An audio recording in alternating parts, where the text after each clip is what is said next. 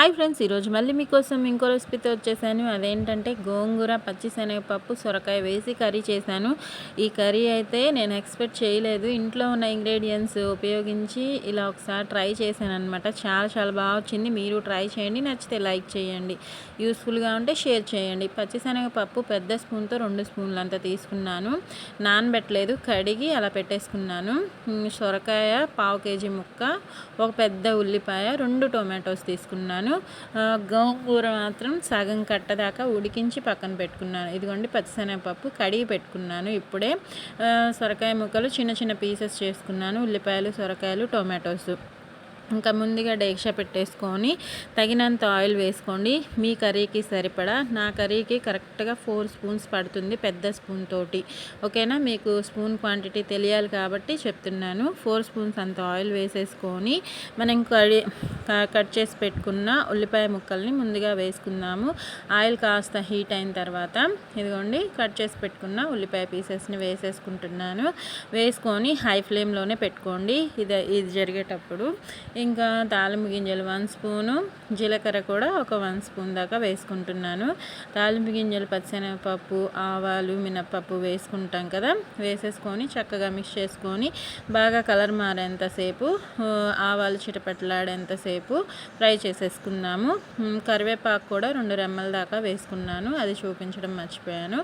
ఇంకా ముందుగా కట్ చేసి పెట్టుకున్న టొమాటో పీసెస్ని కూడా వేసేసుకున్నాను. 2 టొమాటోస్ సరిపోతాయి, ఎక్కువగా అవసరం లేదు, ఎందుకంటే మనం గోంగూర వేస్తున్నాం కాబట్టి. ఇంకా టొమాటోతో పాటు మనం కడిగి పెట్టుకున్న పచ్చిశనగపప్పును కూడా వేసేసుకుందాం.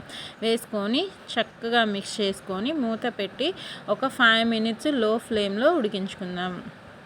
మనకి నూనెలో ఫ్రై అయినట్టు అయితే టొమాటో కూడా కొద్దిగా మెత్తబడుతుంది, పచ్చిశనగపప్పు కూడా కుక్ అవుతుంది. లో ఫ్లేమ్లోకి మార్చుకోండి. 5 మినిట్స్కి ఇలా ఉంటుంది టెక్స్చర్ అయితే. ఈ టైంలో మనం కట్ చేసి పెట్టుకున్న సొరకాయ పీసెస్ కూడా వేసుకుందాము. ఇవి ఒక్కసారి మిక్స్ చేసుకుందాము. మిక్స్ చేసి అప్పుడు వేసుకుంటే మనకి బాగుంటుందన్నమాట. కట్ చేసి పెట్టుకున్న సొరకాయ పీసెస్ వేసుకొని దాంతోపాటు పసుపు ఒక 1/2 స్పూను, ఉప్పు ఒక 1 స్పూన్ అంత వేసుకుందాము. చిన్న స్పూన్తోనే 1 స్పూన్ వేసుకోండి. సరిపోకపోతే లాస్ట్లో చెక్ చేసి మళ్ళీ వేసుకోవచ్చు. ఓకేనా? ఇబ్బంది లేదు. ఎక్కువ అయితే తినలేము, తక్కువైనా పర్వాలేదు.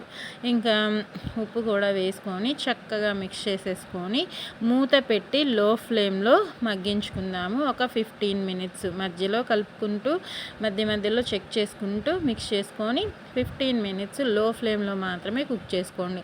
అప్పుడు మనకి సొరకాయలో ఉన్న వాటర్ రిలీజ్ అయ్యి పప్పు చక్కగా ఉడుకుతుంది అనమాట. దీనిలో నేను మసాలాస్ కానీ అల్లం పేస్ట్ కానీ అసలు ఏం వేయలేదు. అయినా కూడా కర్రీ టేస్ట్, టెక్స్చర్ 2 సూపర్గా ఉన్నాయన్నమాట. నేను చెప్తుంటే మీకు వేరుగా ఉండొచ్చు, ట్రై చేసిన తర్వాత మాత్రమే కామెంట్స్లో పెట్టండి. చక్కగా మిక్స్ చేసుకొని 15 మినిట్స్కి చూసారు కదా, టెక్స్చర్ ఇలా ఉంటుంది. సొరకాయ కాస్త మగ్గింది, టొమాటో, సొరకాయ. ఈ టైంలో కారం వేసుకుంటున్నాను. కారం ఒక 1 స్పూన్ దాకా వేసుకున్నాను. మీరు తినే స్పైసీని బట్టి వేసుకోండి, మీ ఇంట్లో వాళ్ళు ఎంత తింటారో. పచ్చిమిర్చి కూడా ఏం వేయట్లేదు నేను.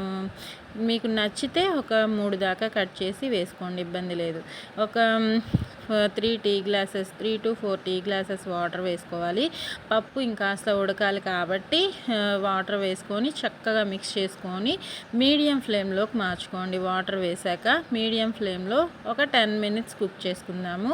చూడండి, వాటర్ అంతా దగ్గర పడిపోయి పప్పు మాత్రం పచ్చిశనగపప్పు, సొరకాయ బాగా ఉడికింది.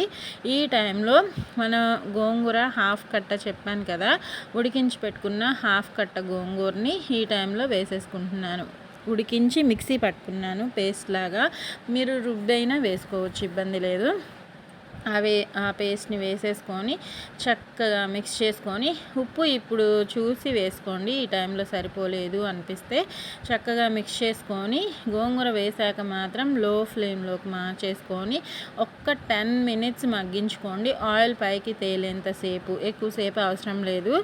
వేసుకొని చక్కగా ఆయిల్ పైకి తేలింది ఇదిగోండి టెక్స్చర్ కనిపిస్తుంది కదా, ఇలా ఉన్నప్పుడు మనం కొత్తిమీర వేసేసుకొని, కరివేపాకు వేసేసాను కాబట్టి వాష్ చేసి పెట్టుకున్న కొత్తిమీరని వేసుకొని చక్కగా మిక్స్ చేసి ఒక్క 2 మినిట్స్ ఉంచుకుంటే మన కర్రీ అనేది సూపర్‌గా రెడీ అయిపోయింది. నేనైతే లంచ్‌కి ట్రై చేశాను.